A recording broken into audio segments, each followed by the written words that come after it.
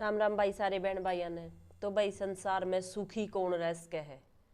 सुख की प्राप्ति किस न हुए है। सुख की प्राप्ति हमेशा उसे इंसान न हुआ जो दूसरे के सुख तय भी सुखी रहे है।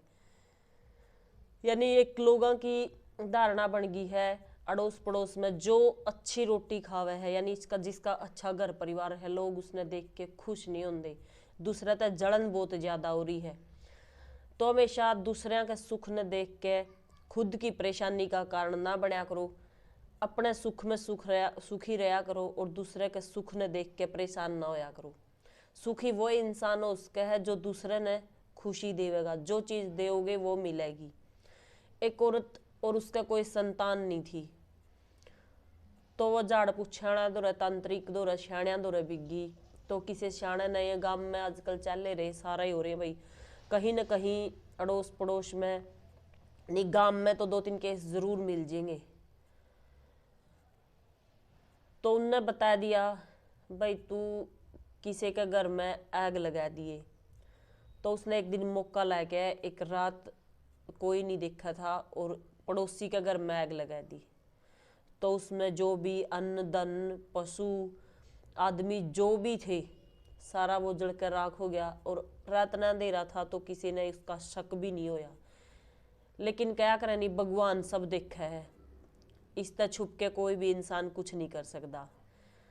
तो उसमें 4 जीव थे, 2 पशु थे और 2 इंसान।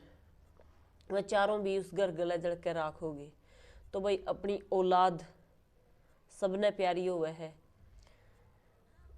और किसी के साथ बुरा करे हुआ कर्म आगे जरूर आवे है। उस लेडीज के कुछ दिन बाद क्या होया, बच्चे भी हो गए, उसके 4 बेटे हो गए। वह बहुत खुश थी और उसका इस बात का कोई पश्चाताप नहीं था क्योंकि उसने सिर्फ अपनी जिंदगी का मतलब था।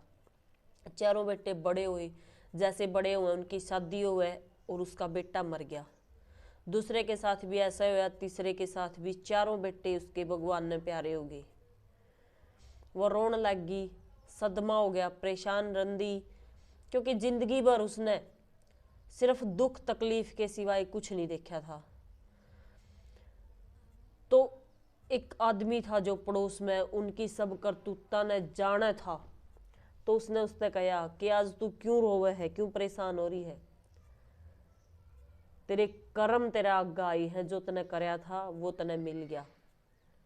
4 इंसान 4 जीव तने मारे थे तो 4 जीव तने मिले, लेकिन ये भगवान ने प्यारे हो गए और ये सिर्फ तने यो दुख देने खातर आए थे। तो तने के कमाया। तो भाई ये सही बात है, भगवान सब देखा है। दूसरे ने दुखी करके इंसान कदे भी सुख नहीं रह सकता। वह औरत पागल होगी, समाज में उसने बुराई के सिवाय और कुछ नहीं मिला। जब उसके परिवार ने पूछा भाई तू इस तरह ऐसी बात के कह, तो उस बूढ़े व्यक्ति ने वह सारी बात उन तक बताई। तो वह सारे लोग भी उस पर नफरत करने लग गए।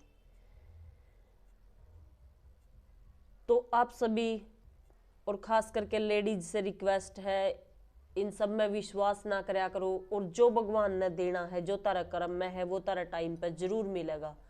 किसी की बुकाई में आके और किसी पे बिना मांगी राय लोग देवे हैं और उसका तमें ध्यान दे हो उस बात पर उसने करो हो, तो ये बहुत गलत है। कोई किसी का नहीं होता और दूसरे ने दुखी देख के, दूसरे ने नुकसान पहुंचा के तो तमें कदे भी खुश नहीं रह सकते। एक बात दिमाग में जरूर देख लियो, खुशी और दुख ये सब भगवान के ऊपर है। उसके घर देर है अंधेर नहीं, वो टाइम पे सबने सब कुछ देवे है। और बुरा का हमेशा फल बुरा हुआ है। अच्छाई बांटोगे तो अच्छाई मिलेगी और बुराई बांटोगे तो बुराई मिलेगी। भाई किसी का बुरा ना करया करो, जितना है उसमें संतोष करो।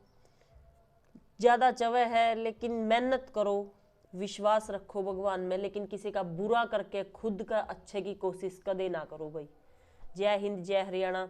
उम्मीद है आप लोग समझ गए होंगे क्या मतलब है इस बात का, क्योंकि मैंने यो केस खुद अपनी अखियां तक देखा है।